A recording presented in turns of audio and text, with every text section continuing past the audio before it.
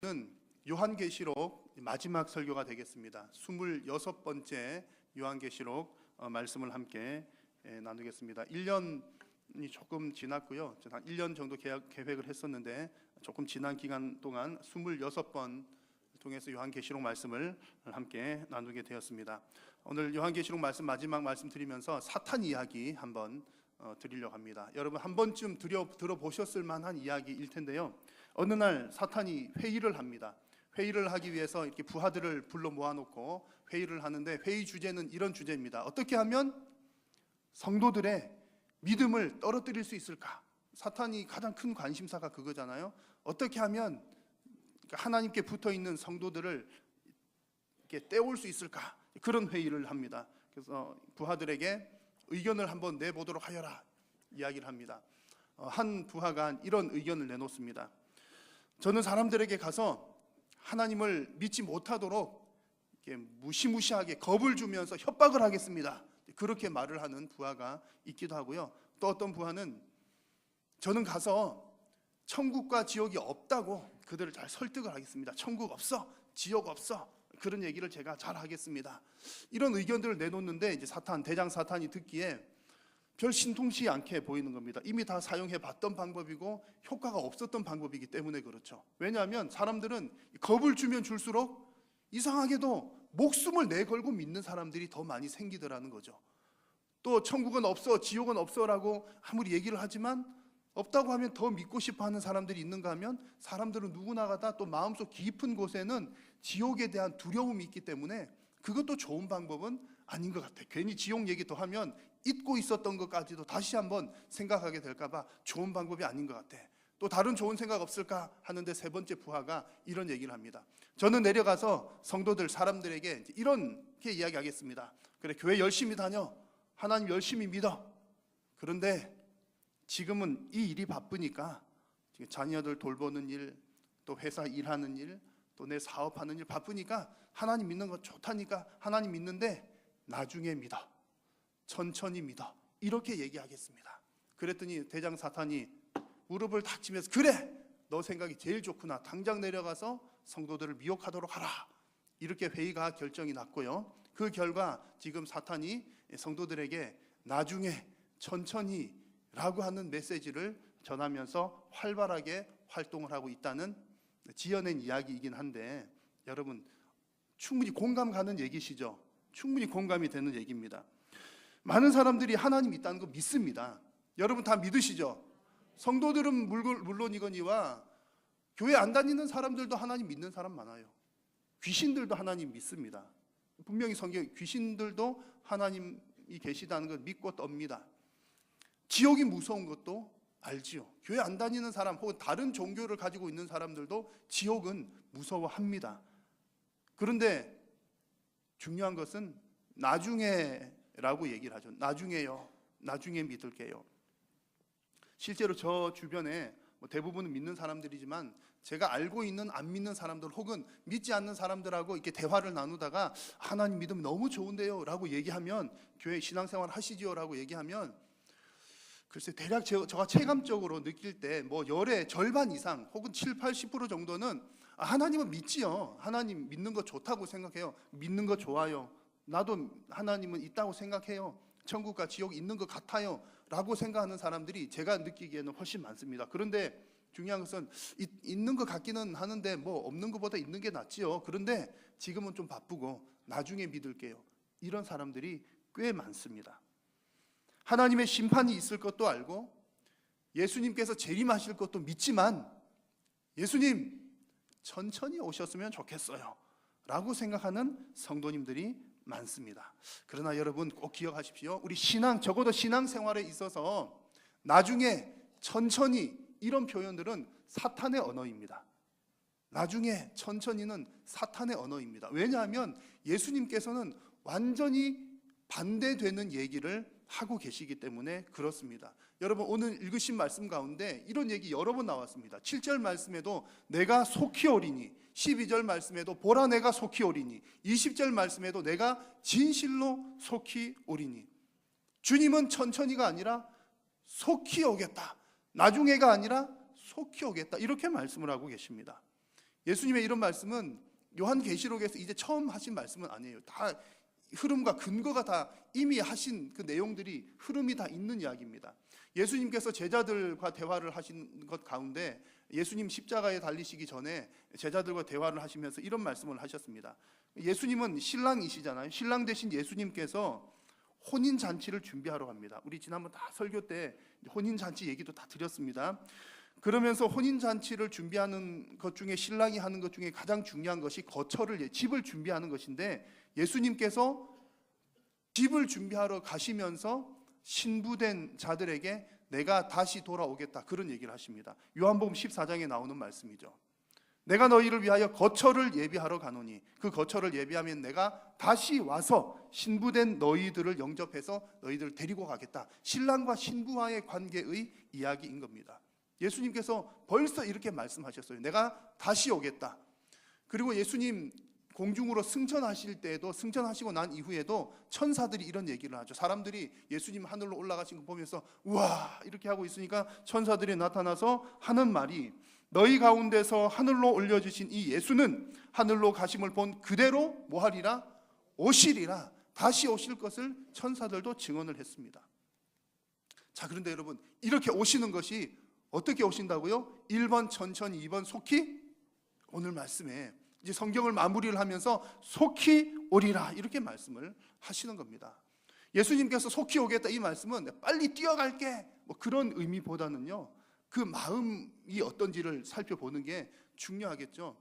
여러분, 보고 싶은 사람 만나러 갈 때 여러분 전화를 미리 하죠. 내가 빨리 갈게, 그러고 갑니다.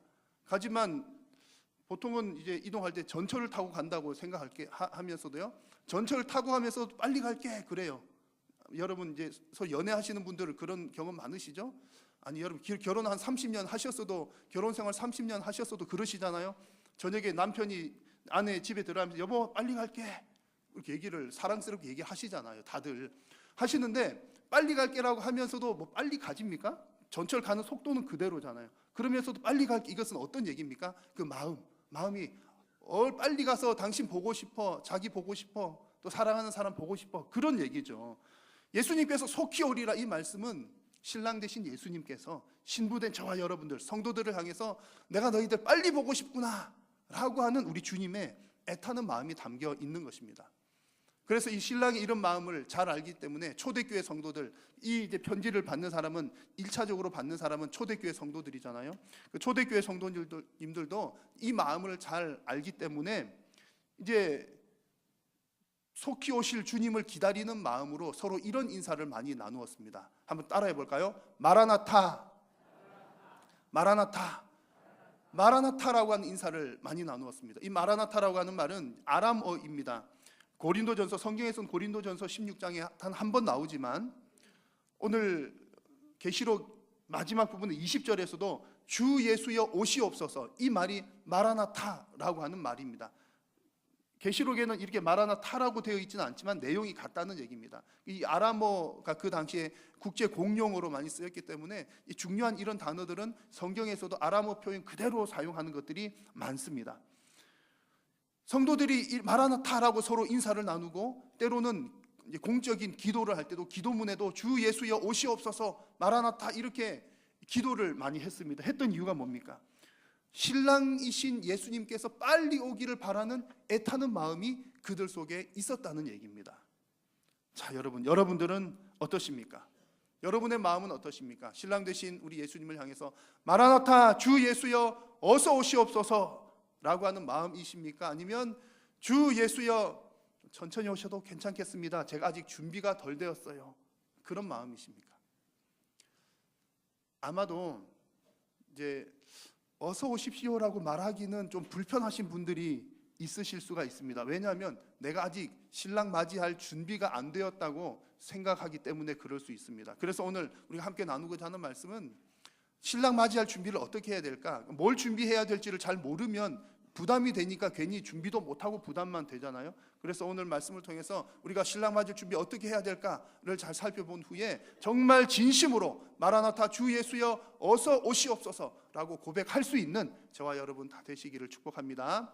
자, 첫 번째로 우리가 주님께서 속히 오신다 그랬는데 속히 오실 주님을 기다리면서 우리 성도들이 준비해야 될 것 중에 가장 중요한 것은 예언의 말씀을 지키는 것입니다.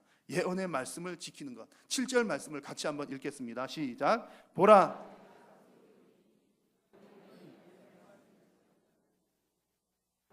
아멘. 예언의 말씀을 지키는 자는 복이 있다 그랬습니다. 여기서 예언의 말씀은 무슨 말씀입니까? 예언의 말씀은 크게 말하면 성경 전체에 기록된 말씀입니다. 그것들을 잘 지킨다는 의미이고요. 그렇지만 구체적으로 보면 요한계시록에 기록된 말씀입니다. 요한계시록에 기록된 말씀. 요한계시록에서 주로 이렇게 하셨던 말씀이 무엇입니까? 성도들을 향해서 지켜라 이렇게 말씀하셨던 게 무엇입니까? 그것은 바로 이 로마 황제를 숭배하는 그런 환경 가운데에서도 힘들고 어려운 환경이죠. 로마 황제를 숭배해야만 먹고 살만한 그런 환경 가운데에서도 끝까지 믿음을 지키는 것, 그것이 바로 예언의 말씀을 지키는 일이었습니다. 황제 숭배를 강요하는 환경이 그들 가운데 있었는데 이 말은 그들의 삶 자체가 그랬다는 얘기입니다. 성도들의 삶의 현장 가운데서 지금 초대교회 성도들은 황제 숭배를 하지 않으니까 당했던 여러 가지 고난과 고통들이 있었다는 얘기죠. 당장에 먹고 살기가 어려운 그런 일들도 대단히 많았습니다. 길드 얘기 말씀드렸잖아요. 초대교회 소아시아의 7교회 얘기하면서 다들 사람들은 다 황제 숭배하고 황제 숭배하는 조건으로 협동조합이 만들어지고 협동조합에 가입을 할 수가 있고, 그런데 황제 숭배를 하지 않는 사람들은, 성도들은 그 협동조합에 가입을 할 수가 없는 거예요. 그러니까 물건을 사고 팔고 할 수가 없는 것이죠. 그 사탄의 인을 받지 않는 그 사람들은, 성도들은 물건 매매조차 하기 어려웠던 그런 시대였다는 겁니다. 그런 가운데서도 주님께서 하신 말씀이 조금만 더 인내하라, 끝까지 믿음을 지켜라, 그런 말씀을 주셨던 것입니다. 그래서 이 초대교회 당시에 예언의 말씀을 지킨다는 것, 믿음을 지킨다는 것은 그들의 삶의 현장 가운데서 목숨을 내걸고 했던 그런 행위였다는 것입니다.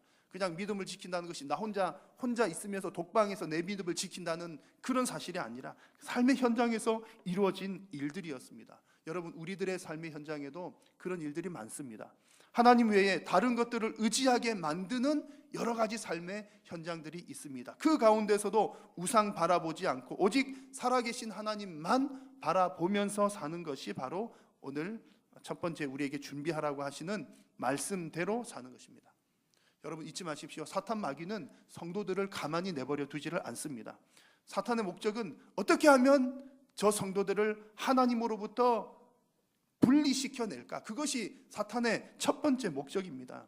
그래서 이제 여러 가지 온갖 방법들을 다 사용하는데요, 가장 힘든 것, 어려운 것들을 사용을 하는 거죠. 초대교회 당시에는 그들의 삶에 직접 영향을 미치는 경제적인 부분에 압박을 가해오면서 너 이래도 너 하나님만 믿을 거야 라고 이렇게 경제적인 부분을 옥죄어오면서 우상을 섬기게, 황제를 숭배하게 만들기도 했습니다. 그러면서 사탄은 성도들에게 미혹을 하죠. 거짓말을 곁들여서 넣는 겁니다. 너 왜 너만 그래? 왜 남들 다 하는데 너만 유별나게 안 하고 그래? 그거 봐, 저기 봐, 동네 사람 개똥이네 철수네 말자네 전부 다 길드에 다 가입했잖아. 다 황제 숭배 다 하잖아. 남들 다 하는데 너 왜 너 혼자만 유별나게 그러고 있어? 그거 신앙이랑 큰 상관이 있는 것은 아니야. 그냥 우리 사회가 다 하는 거니까 황제 왕을 존경하는 일인데 그게 뭐가 문제라고 그래? 이건 정치적인 일일 뿐이야. 종교적인 일은 아니야 라고 거짓말로 미혹하면서 성도들을 유혹을 했습니다. 남들 다 하는 일이라고, 너만 왜 안 하냐고. 그러나 여러분, 성도들이 가는 길은 남들이 다 가는 그 길이 아닙니다. 성도들이 걸어가는 길은 하나님의 말씀대로 걸어가는 줄로 믿습니다. 만약 남들 가는 길로 다 갔다면 초대교회 성도들이 왜 황제 숭배하지 않고 그렇게 어려운 경제적인 핍박을 당하고 때로는 목숨까지 잃어가면서 그들의 신앙을 지켰겠습니까? 여러분, 성도들이 살아가는 삶의 기준은 오직 하나님의 말씀인 줄로 믿습니다. 하나님 말씀대로 살아가면 불편한 일들이 많습니다. 때로는 손해보는 일도 많습니다. 위험을 감수해야 할 수도 있습니다. 그럼에도 불구하고 성도들은 하나님의 말씀대로 살아가는 줄로 믿습니다. 물론 세상을 등져서는 안 되죠. 세상과 따로 살아가자 그런 얘기 아닙니다. 세상 속에서 하나님의 말씀대로 살아가는 것이 속히 오실 주님을 준비하는 성도들의 모습입니다. 자, 두 번째로 속히 오실 주님을 기다리면서 우리 성도들은 이제 하나님께만 경배하는 삶을 살아야 합니다. 너무 당연한 이야기인 것 같은데 성경의 마지막 요한계시록에 또 나옵니다. 하나님께만 경배하는 것 너무 당연한 일 아닙니까? 성도라면 당연히 하나님을 경배하는 거죠. 그런데 여러분, 중요한 것은 하나님을 경배한다는 표현이 아니라 하나님께만 경배를 하는 겁니다. 그 말은 자칫 잘못하면 하나님을 예배하는 성도들조차도 하나님 외에 다른 피조물, 다른 어떤 것들에게 하나님께 예배하듯 예배하는 행위를 할 수도 있다는 얘기입니다. 그 증거가 오늘 말씀에 나오는데요. 심지어 지금 요한계시록을 쓰고 있는 요한, 얼마나 믿음이 좋은 사람이겠습니까? 하나님의 계시를 받은 사람이에요. 그렇게 믿음 좋은 사람이 지금 그런 행동을 보입니다. 8절 말씀을 한번 같이 읽겠습니다. 이것들을 보고 들은 자는 나 요한이니 내가 듣고 볼 때에 이 일을 내게 보이던 천사의 발 앞에 경배하려고 엎드렸더니, 요한이 지금 누구 발 앞에 엎드렸습니까? 하나님 발 앞이 아니라 천사의 발 앞에. 뭐 하려고요? 경배하려고. 하나님을 예배한다라고 하는 것과 똑같은 단어를 사용하고 있습니다. 하나님께 예배해야 할 그것을 천사에게 하려고 엎드린다, 이런 표현인 거죠. 요한의 입장에서는 경외감이 너무 컸기 때문에, 천사가 하나님의 그 환상 계시를 보여줬잖아요. 그러니까는 너무 감동받아가지고, 야, 하나님께서 이런 은혜를 주시는구나, 이런 계시를 나에게 보여주시는구나, 너무 감동되고 너무 놀라워서 아이고 이렇게 넙죽 엎드려서 이렇게 절을 했는지도 모르겠습니다. 그런데 분명 그것은 잘못된 일이었죠. 그래서 오히려 천사가 깜짝 놀라서 요한을 말립니다. 나도 너와 똑같은 종이니 그리하지 말고 하나님께만 경배하라. 요한 왜 그래? 그거 아니야. 나도 하나님의 종이야. 하나님께만 예배해야 돼. 이런 얘기를 하는 겁니다. 여러분, 요한은 왜 이렇게 천사에게 엎드려서 경배를 하려고 했을까요? 그 믿음 좋은 사람이, 그렇게 대단한 경험을 한 사람이 왜 그랬겠습니까? 여러분, 사람은 누구든지 보이는 것에 약합니다. 보이는 것에 약해요. 그래서 사람들은 자꾸 보이지 않는 것을 보이는 것으로 형상화하려고 하는 그런 습성을 가지고 있습니다. 보이지 않는 하나님을 보이는 어떤 것들로 자꾸 만들려고 해요. 구약 성경을 보십시오. 그런 일들이 얼마나 많습니까? 모세가 시내산에 하나님 율법을 받으러 올라갔을 때에 사람들이 송아지 형상을 만들어 가지고 뭐라고 그랬죠? 이것이 너희를 애굽에서 인도해낸 하나님이다, 그렇게 말했습니다. 이스라엘 백성들이 나 하나님 안 믿을래요, 그런 말 아니었고요. 하나님은 없어, 그렇게 말한 것도 아니었습니다. 그 장면에서 송아지를 만들어 놓고 이것이 하나님이다, 보이지 않는 하나님을 보이는 형상으로 만들었다는 거죠. 하나님께서 얼마나 진노하셨습니까? 사람들이 이렇다는 거예요. 하나님의 역사조차도 형상화하려고 하는 그런 성향을 가진 것, 연약한 존재가 바로 우리 인간들입니다. 그렇게 형상을 만들면 어떻게 되죠? 나중에는 하나님은 온데간데 없고 그 형상만 남게 되는 겁니다. 처음에는 보이지 않는 하나님만 섬기다가, 보이지 않는 하나님을 형상 만들어서 이것이 하나님이다라고 섬기다가, 나중에는 하나님은 온데간데 없고 그 형상만 남게 되는 그런 일들이 벌어지게 되는 거죠. 제2계명을 어기는 일입니다. 지금 요한이 바로 그런 상황 가운데 있는 거예요. 분명히 요한은 하나님께로부터 그 역사를 받아서 보았습니다. 하나님께서 역사하신 것이 너무나 분명한데, 요한은 지금 하나님을 눈으로 보는 것이 아닙니다. 하나님은 눈에 보이지 않으시고 심부름하는 천사가 눈에 보이는 거예요. 그러니까 눈에 보이는 천사 앞에 나도 모르게 그랬는지 모르지만 어쨌든 넙죽 엎드려서 절을 하려고 했던 겁니다. 여러분, 우리 성도들이 조심해야 할 부분이 바로 이런 부분입니다. 요한도 이런 일에 실수에 빠지게 되는데, 성도들도 역시 조심을 해야 한다는 거죠. 하나님께서 은혜로 주신 도구들이 많습니다. 하나님께서 주신 것이 도구들이 많은데, 성도들이 자칫 잘못하면 하나님을 경배하는 것이 아니라, 그것을 주신 분을 예배하는 것이 아니라 하나님께서 주신 그 도구를 향해서 예배하게 되는 경우들이 많이 생겨나게 됩니다. 예를 들면 하나님께서는 필요를 따라 우리 성도들에게 건강도 주십니다. 하나님 주십니다. 하나님께서 필요에 따라 돈도 주십니다. 재물도 다 하나님의 권세 아래 있습니다. 또 하나님께서 우리에게 명예도 주십니다. 하나님께서 성도들에게 능력도 주십니다. 하나님께서 다 그러고 주시는 분이세요. 그런데 처음에는 우리가 처음부터 그런 것을 섬기는 건 아니죠. 처음에는 하나님 힘 주셔서 감사합니다. 하나님 능력 주셔서 감사합니다. 물질 주셔서 감사하고 하나님을 예배하다가 점점점 지나다 보면 나중에 어떻게 됩니까? 하나님 대신에 돈을 경배하고 있고, 하나님 대신에 능력을 경배하고 있고, 하나님 대신에 명예를 경배하게 되는 경우가 허다합니다. 요한도 지금 도구로 쓰임 받고 있는 그 천사를 경배하려고 했던 것이죠. 왜 그렇다고요? 사람은 눈에 보이는 것에 약하다니까요. 하나님은 눈에 보이지 않고 하나님께서 주신 것들은 눈에 보이기 때문에 눈에 보이는 그것을 경배하려고 하는 그런, 자칫 방심하면 그 길로 가기가 쉬운 것이 우리 연약한 성도들입니다. 그러므로 성도들은 우리 주님 속히 오신다고 했는데 주님 오실 때까지 이게 깨어 있는 겁니다. 깨어서 내가 과연 누구를 향해서 경배해야 하는가, 우리의 경배의 대상을 명확하게 하는 것이 주님을 준비하는 성도들의 자세인 줄로 믿습니다. 그리고 이제 세 번째로 속히 오실 주님을 기다리면서 성도들이 준비해야 될 것은 상 받을 준비를 합니다.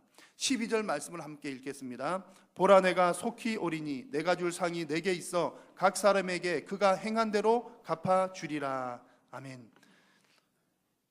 하나님께서 우리에게 줄 상이 있다고 하시는데 그 상은 행한 대로 받는 상입니다.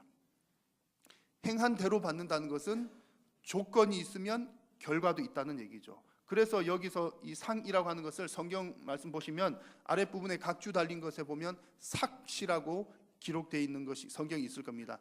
상은 삭스로도 번역할 수 있다, 그런 뜻입니다.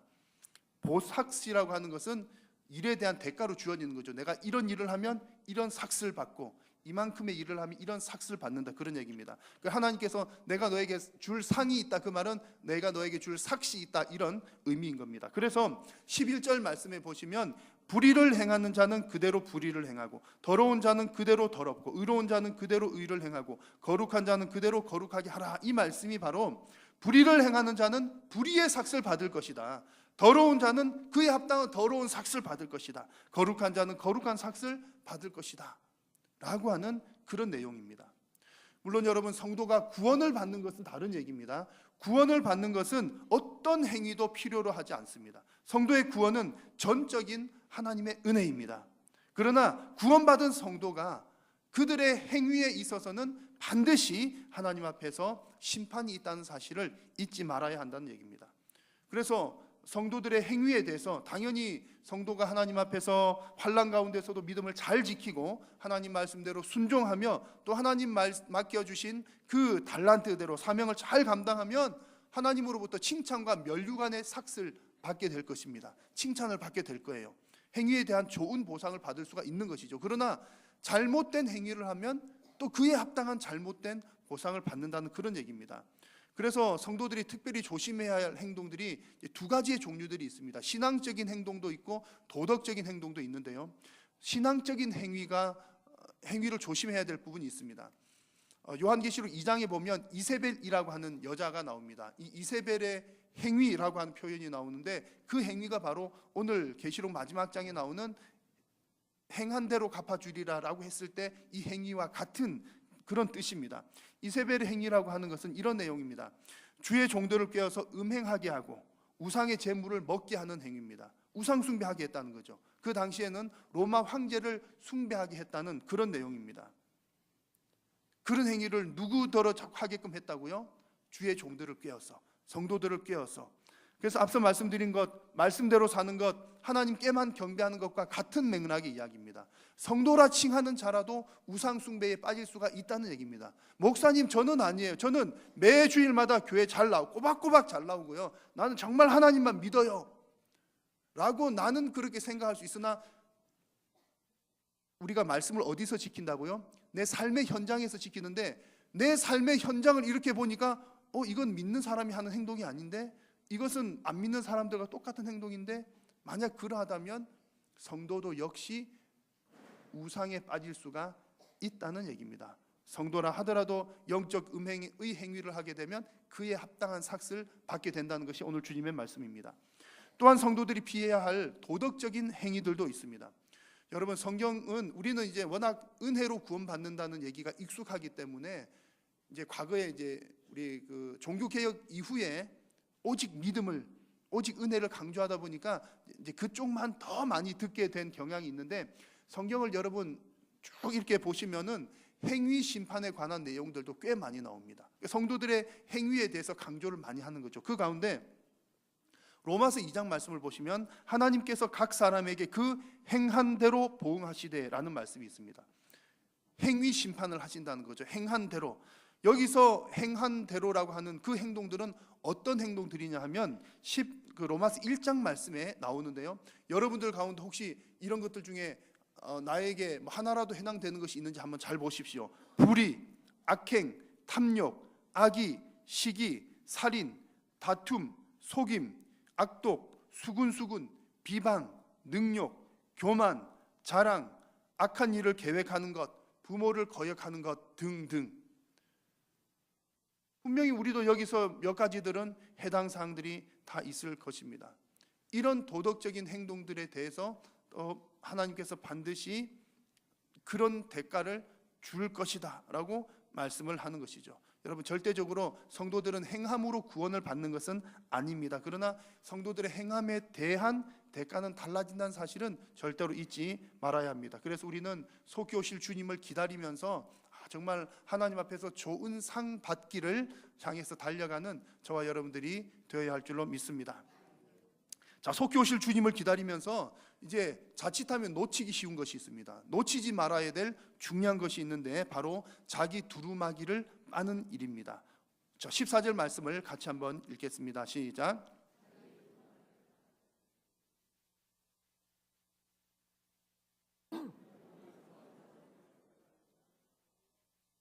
아멘. 자기 두루마기를 빠는 자들이 복이 있는데 어떤 복이 있습니까? 생명나무에 나아가며 또 거룩한 성에 들어갈 권세를 얻습니다. 거꾸로 말하면 뭐죠? 두루마기를 빨지 않는 자들은 생명나무에 거룩한 성에 들어갈 수가 없다는 얘기입니다. 그러면 여기서 두루마기를 빤다는 말은 무슨 뜻인가요? 계시록 7장 말씀해 보니까 예수님의 어린 양의 피에 그 옷을 씻는 것이 두루마기를 빠는 것입니다. 예수님의 피로 죄 씻음을 받는다는 얘기죠. 자, 여기 계신 저와 여러분들은 예수님의 피로 우리의 두루마기를 이미 빤 사람들인 줄로 믿습니다. 우린 이미 우리의 두루마기는 깨끗해졌습니다. 자, 그런데 여기서 중요한 것 한 가지가 있습니다. 오늘 이 표현에서 두루마기를 빤다는 것은 그냥 한 번만 깨끗하게 빨아서 그래 한 번 빨았으니까 됐어 라고 하는 것이 아니라는 얘기입니다. 두루마기를 빠는 자들이 복이 있다는 것은 두루마기를 계속해서 깨끗하게 세척하는 자가 복이 있다, 이런 뜻입니다. 그 시제를 통해서 볼 때 그렇습니다. 이 말은 예수님의 보혈의 공로로 구원을 받은 자들이라도 계속적인 회개가 필요하다는 얘기입니다. 물론 여러분, 우리가 계속 회개해야 된다는 것이 주님, 내가 어제 죄를 지었기 때문에 다시 구원을 못 받은 것 같은데 다시 구원을 주시도록 회개합니다, 이런 뜻은 아니에요. 구원을 위한 회개는 단 한 번에 이루어집니다. 그러나 여러분, 구원받은 성도라 할지라도 이 땅 가운데 살아가면서 우리는 날마다 죄를 짓습니다. 그 죄들에 대해서 회개가 계속해서 이루어져야 한다는 얘기죠. 그래서 회개는 한 번만 하면 돼. 계속 회개하는 사람들은 진정으로 회개한 것이 아니야. 잘못된 주장입니다. 구원파의 주장, 잘못된 주장입니다. 물론 성도가 죄책감에 사로잡히는 것 잘못된 신앙입니다. 그러나 성도가 회개하지 않는 것 더욱더 위험한 신앙입니다. 이미 예수님은 법적으로 성도의 모든 죄를 완전하게 용서하셨지만 성도는 여전히 죄 가운데 있기 때문에 날마다 하나님 앞에서 회개의 시간을 가져야만 합니다. 만약 그렇게 하지 않으면 성도는 교만하게 되고 죄에 대해서 둔감하게 되기 때문입니다. 그래서 오늘 말씀에 나오는 이 두루마기를 빠는 행위도 계속해서 빨아야 함을 의미한다는 사실 여러분 꼭 기억하시면서 주님 오실 그날까지 날마다 정말 회개하는 일 잊지 않고 잘 감당하는 저와 여러분 되시기를 축복합니다.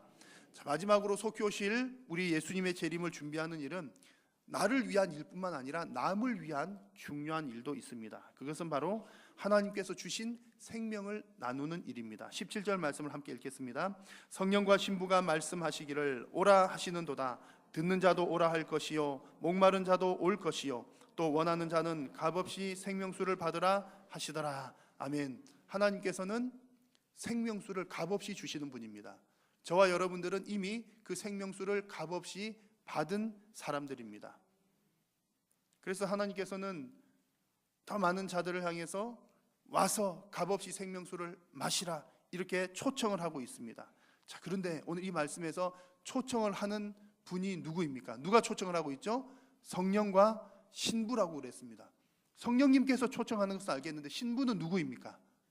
신부는 교회잖아요. 교회. 신부는 교회입니다. 교회는 곧 성도입니다. 그러면 와서 값없이 생명수를 받으라 이렇게 외쳐야 될 사람은 외치는 존재 누구라고요? 성령에 감동된 성도들, 교회가 이 일을 한다는 겁니다. 성령과 신부가 이 초청을 한다는 것은 지금 어느 성령님이 이렇게 나타나서 마이크 대고 자 방학동 사람들이여 오시오 오시오 와서 값없이 생명수를 마시시오, 성령님의 육성으로 들려준다는 그런 표현이 아니죠. 성령에 감동된 신부가, 교회가, 성도들이 바로 이 일을 해야 한다는 얘기입니다. 오라 와서 값없이 생명수를 받으라. 이것이 저와 여러분들의 사명인 줄로 믿습니다. 주님 다시 오실 때까지 우리가 기다리면서 해야 될 중요한 일이 바로 이 사실입니다. 끝까지 이 사명 잘 감당하시기를 축원합니다. 여러분 오늘 이렇게 말씀을 드리면 여러분 아마 좀 부담감 느끼셨을지도 모르겠어요. 그렇지 않아도 평소에는 제가 첫째, 둘째, 셋째 한 3가지 말씀을 드렸는데 오늘은 몇 가지 말씀드렸죠? 5가지. 아이고 개수도 많네. 뭐 해야 될 거 3가지만 해도 많았는데 이 5가지나 게다가 주님께서 속히 오신다고 하는 건 금방 오신다는데 빨리 갈게 그러면 그것만 해도 부담되잖아요. 여러분 글쎄 이제 여러분들은 아무도 안 그러시겠지만 이제 뭐 남편이 빨리 갈게 그랬는데 집이 청소가 준비도 안 돼 있고 엉망이거나 막 그러면은 아이고 좀 여보 좀 밥 좀 먹고 오시지 막 그런 분들 혹시 이제 다른 교회에 있다고 그러시더라고요. 준비가 안 돼 있으면 천천히 오시지 그러실지도 몰라요. 속히 오신다는 것만 해도 부담스러운데 우리가 언제 오실지 모르는 분을 이제 이것저것 준비를 해 가면서 기다려야 한다는 것 좀 더 부담스러울지도 모르겠습니다. 그러나 여러분 이 모든 과정이 저와 여러분들에게는 기쁨이 되는 줄로 믿습니다.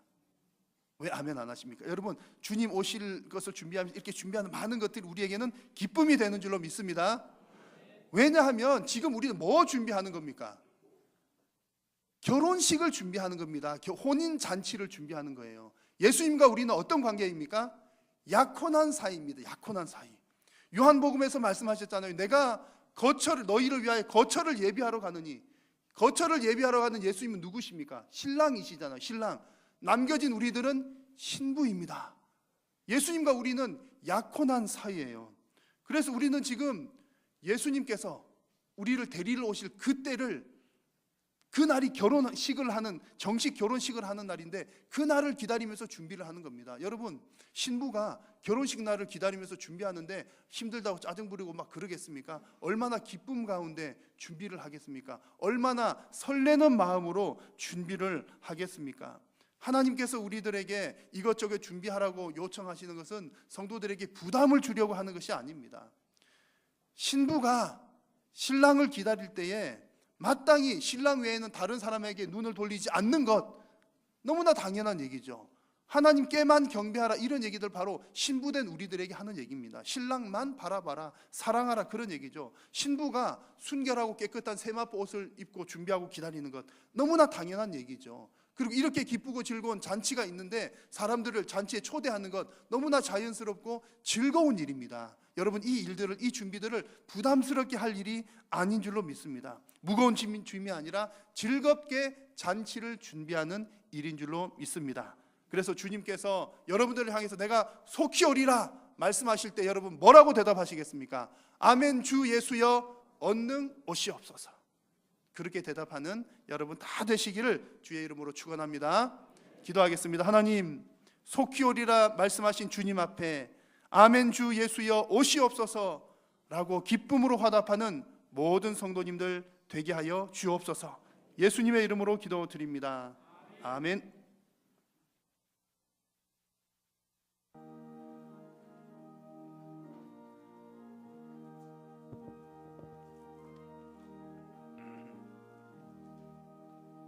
신랑 되신 예수께서 다시 오실 때 밝은 등불 들고 나갈 준비 됐느냐.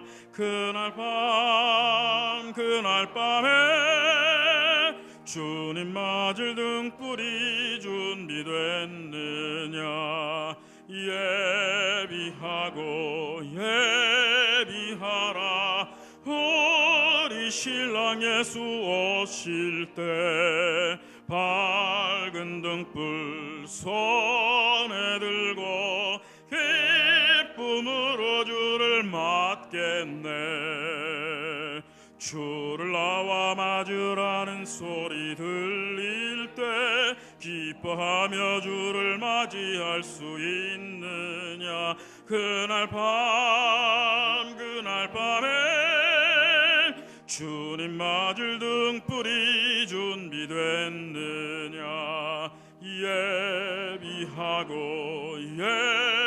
예비하라. 우리 신랑 예수 오실 때 밝은 등불 손에 들고 기쁨으로 주를 맞겠네. 항상 깨어 기도하며 거룩한 기쁨 준비하지 않고 주를 맞지 못하리. 그날 밤에 주님 맞을 등불이 준비됐느냐.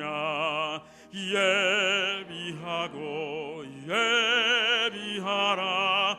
우리 신랑 예수 오실 때 밝은 등불 손에 들고 기쁨으로 주를 맞겠네. 그날 밤에 영화로운 혼인잔치에 기뻐하며 할렐루야 찬송 부르리. 그날 밤에 주님 맞을 등불이 준비됐느냐.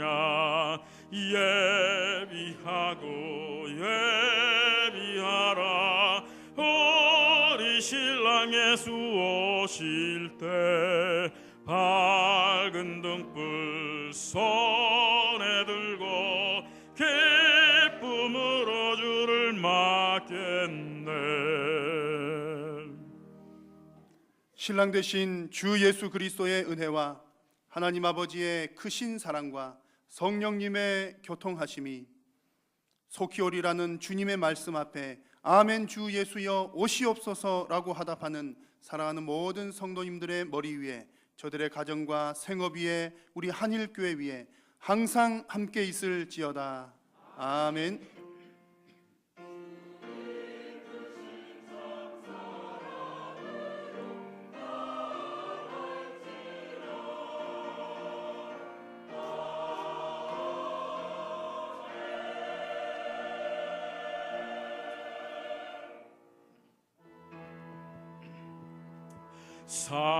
살아계신 주 나의 참된 소망 두려움이 사라지네.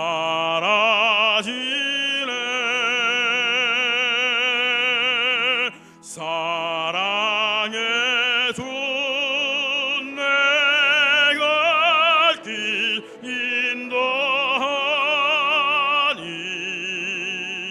내 모든 삶의 기쁨 늘 충만